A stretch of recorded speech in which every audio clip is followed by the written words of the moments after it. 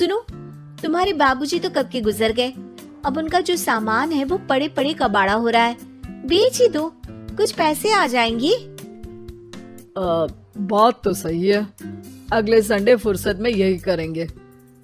अगले संडे रोहित सारा सामान कबाड़ी को घर बुला के दे देता है। तभी उसकी नजर बाबूजी की पुरानी टीवी पर जाती है, जो इतने सालों तक कूड़े में पड़ी थी, फिर भी चमचमा रही थी। टीवी तो देखो, जैसे एकदम नई हो। हाँ, बाबूजी को टीवी देखना बहुत पसंद था। उनका सपना था कि वो टीवी पे आए। एक बार मौका भी था जब वो अपने गांव के गाने सुनाने किसी चैनल पर जाने वाले थे, पर मैं और मेरा भाई लड़ पड़े और बाबूजी को घर पर ही रुकना पड़ा। चला के देखें क्या? हाँ हाँ, क्यों नहीं, देख लेते हैं, शायद ही चले। बाबूजी ने उस लड़ाई के दिन के बाद टीवी देखना ही छोड़ दिया था। टीवी चालू करने के लिए उसमें केबल वायर लगा दिया जाता है। एक न्यूज चैनल चालू हो जाती है। स्वर्ग की सीढ़ी के रास्ते हैं तीन, तीनों के तीन रास्ते हैं संगीन। पहला रास्ता है सांप की बीन, दूसरा रास्ता घर में बिछा कालीन, तीसरा रास्ता कलकत्ता से चीन। ये क्या बकवास खबर है, कुछ अच्छा लगा दो। अरे आप बोलो तो सही, कोई अच्छी खबर सुना देता हूँ, मेरा तो काम ही खबर देना है। अरे बाप रे, टीवी बात कर रही है। हाँ, ये न्यूज वाला मुझसे। हाँ हाँ, आपसे ही तो बात करूंगा ना, आपके घर में हूँ तो। अरे ये सपना है क्या? तुम हमसे बात नहीं कर सकते? अरे सपना नहीं भाई साहब, ये टीवी जादुई टीवी है। बोलो क्या खबर सुननी है, वरना ब्रेक लेने का टाइम आ जाएगा। सुप्रिया घबरा के टीवी बंद कर देती है। वो क्या था? अरे एक बार और चालू करके देखे, फिर से बात करेगा तो चैनल बदल देंगे। सुप्रिया फिर टीवी चालू कर देती है। अरे ऐसा कोई मुंह पे टीवी बंद करके जाता है क्या? मुझे बुरा लगा आपका नेचर। चाय पानी तो पूछो। सुप्रिया टीवी के बटन से चैनल बदल देती है। अब टीवी पर एक फिल्म चल रही है। अरे ये तो सूर्यवंशम है ना? हाँ, और ये ठाकुर को जहर की खीर दे दी और उसको पता भी नहीं है। ए भाई, खीर मत पीना, उसमें जहर है, मत पीना। ठीक है महाशय, जैसा आप कहें। हाँ। अरे आपकी बात मान ली, पूरी पिक्चर ही अब तो बदल जाएगी। मतलब ये सच में जादुई टीवी है? तभी वहाँ कबाड़ी आ जाता है। भैया, टीवी के 150 रुपए दूंगा, चलेगा? अरे 1.5 करोड़ में भी ना दे तुमको ये टीवी हम। अरे 1.5 करोड़ खरीदने को होते तो तुम्हारे घर में ये पानी चाय नहीं पीता, अंबानी या टाटा के घर बैठा कोल्ड कॉफी पीता।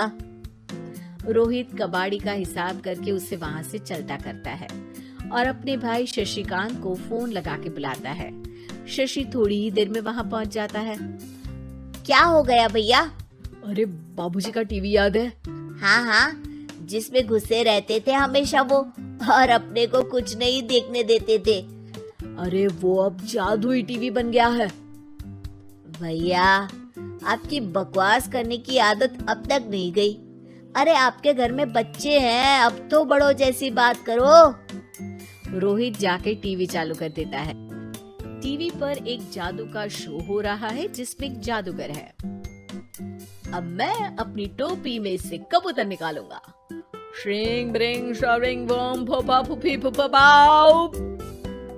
टीवी से कबूतर निकलता है और शशिकांत के सर पर आकर बैठ जाता है। भैया, ये क्या हो रहा है? भैया इसे उड़ाओ।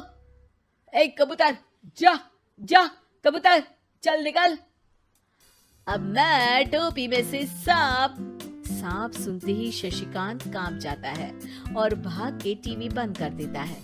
भैया सॉरी भैया, मैं समझ गया ये सच में जादुई टीवी है, पर एक बार और ट्राई करते हैं। पर भाभी, कोई दूसरा चैनल लगाओ जिसमें डर ना लगे। सुप्रिया टीवी चला देती है और न्यूज लगा देती है। अरे कितने दिनों बाद मुझे याद आया, बताइए क्या खबर सुनाओ। और ये नया आदमी कौन है? ये मेरा भाई है शशिकांत। ओह यस, वही है ना जिससे तुम लड़ लिए थे किसी बात पे और तुम्हारे बुढ़ाओ पिताजी गुस्सा हो गए थे और टीवी को संन्यास दे दिया था। हैं? तुमको कैसे पता ये सब?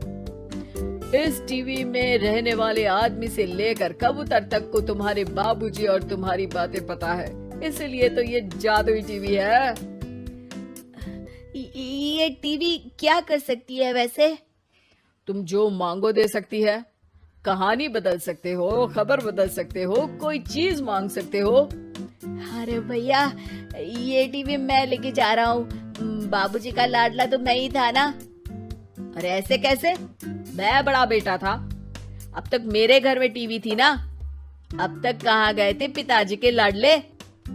तुम्हारी गलती का एहसास भी है।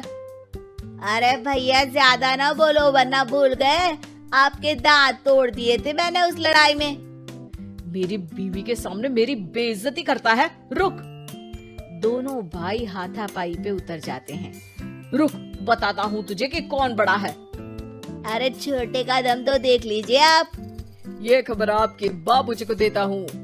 तभी टीवी अचानक बंद हो जाता है। अरे शायद टीवी नाराज हो गया। और लड़ लो, आए बड़े खली बनने। टीवी से एक तेज रोशनी निकलती है और टीवी में बाबूजी दिखाई देते हैं। बापूजी आप? इतना चकरा क्यों रहा है? अपने बाप को नहीं पहचानता क्या? ये तो ऐसा ही है बाबूजी। प्रणाम बाबूजी। अरे चुप कर, तुम दोनों ही उल्टे हो। तुम्हारी वजह से मैंने टीवी में आने के सपने को छोड़ दिया, तुम्हारी लड़ाई की वजह से। और तो और, जितना मैं अपनी बीवी को नहीं देखता था उतना टीवी को देखता था, वो भी छोड़ दिया तुम दोनों की लड़ाई की वजह से। और अब मरने के बाद जब मैंने टीवी को जादुई टीवी बना दिया तो भी तुम इसका फल लेने की जगह लड़ रहे हो। अरे तुम तो लायक ही नहीं हो, अब तुमको बाबा जी का ठुल्लू भी नहीं मिलेगा। बाबूजी चले जाते हैं। टीवी बंद हो जाता है। रोहित और शशिकांत गिड़गिड़ा के टीवी के सामने हाथ जोड़ के बाबूजी को बुलाते हैं, पर टीवी सिर्फ धुआं निकालता रहता है।